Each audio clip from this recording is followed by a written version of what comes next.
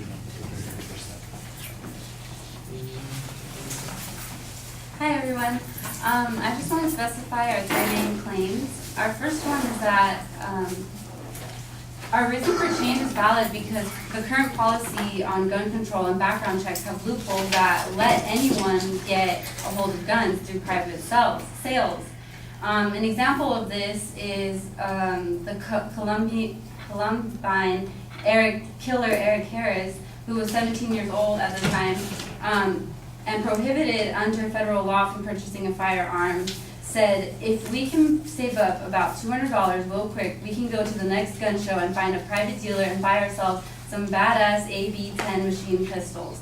So there's an example of someone who went to a private seller and bought a gun without having to go through a background check. And we want to eliminate that.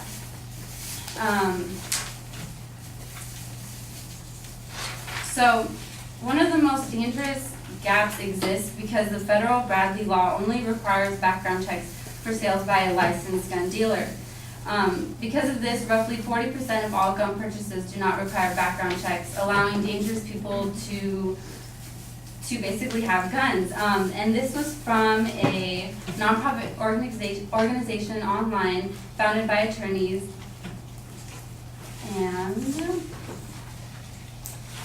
another example of someone who would have purchased a gun through private sales is the American-born Al-Qaeda member Adam Gadon, when he suggested in a video message over the internet earlier in February that America is absolutely awash with easily obtainable firearms. You can go down to a gun show at the local convention center and come away with a fully automatic assault rifle without a background check, and most likely without having to show an identification card.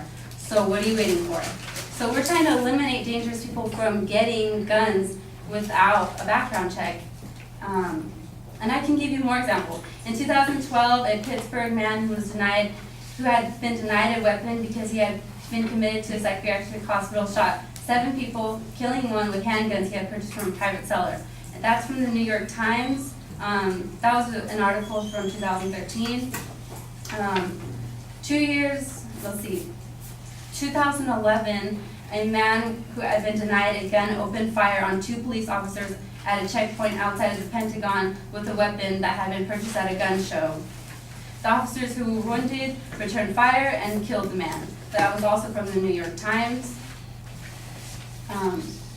So that's why we want to eliminate loopholes and make universal background checks. And we also want to enforce more prosecution in regards to background checks.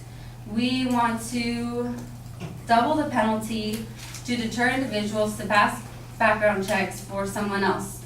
Matt mentioned that he believed background fraud was strawman purchases, and he was correct. We want to deter people from doing strawman purchases or passing background checks for someone else.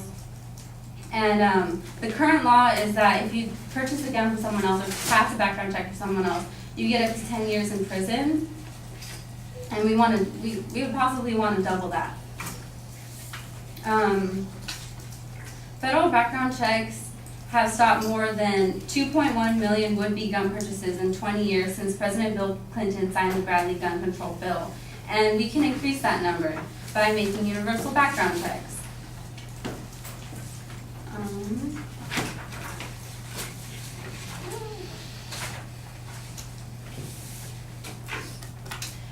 So our last claim was that we want the entire country to have background checks, and although they may have stated that states aren't for that, 89% of Americans and 84% of gun owners supported universal background checks in 2013. And that was an article from the New Republic, which covers politics, cultures, and big ideas from an unbiased and thought-provoking perspective. That's all.